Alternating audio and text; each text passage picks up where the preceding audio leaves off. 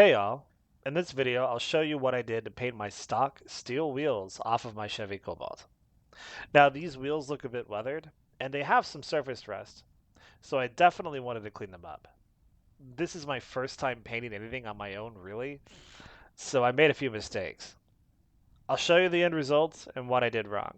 But first, let me show you what I used to complete this. I picked up 3 cans of Rust-Oleum primer.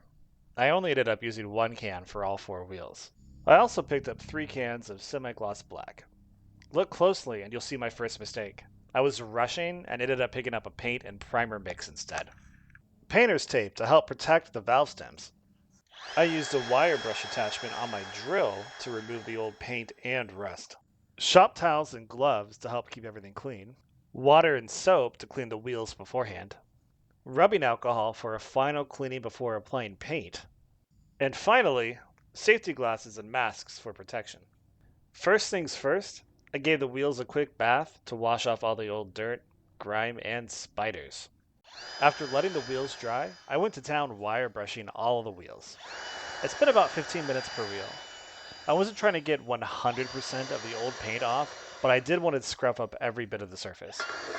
I also wanted to make sure that any and all of the surface rust had been removed and that the metal beneath it was smooth.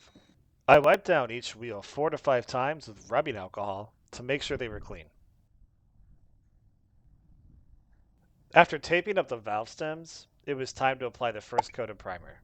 The instructions stated to shake the primer can for at least 1 minute. I applied the first coat of primer in quick strokes. It was a warm and windy day. I believe this is where I made my second mistake, by spraying too far away from the wheel. After letting the paint set for no more than a couple minutes, I applied the second coat.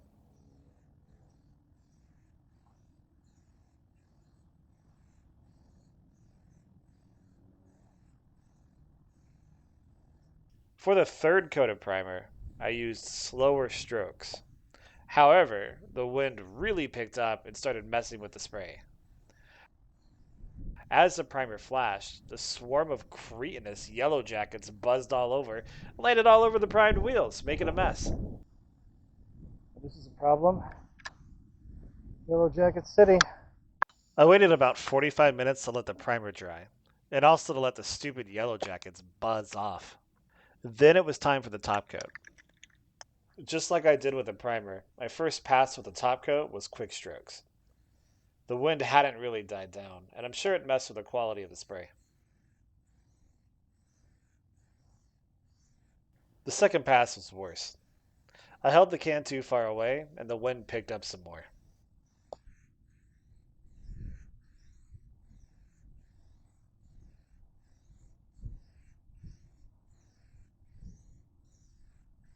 Just like I did with the primer, the third and final pass of the top coat was just a minute or two after the first and second, but with slower strokes.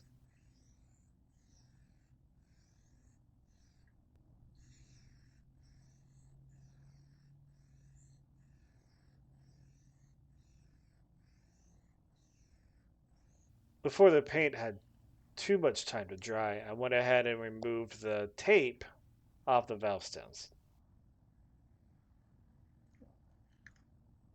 So here are the wheels after drying overnight.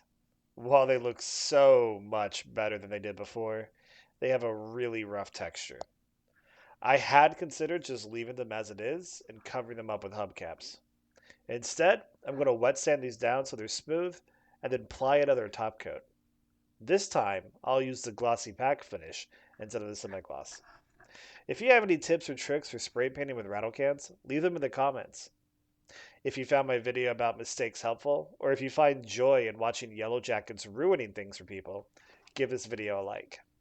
If you want to see more content, go ahead and subscribe. I try to post videos weekly.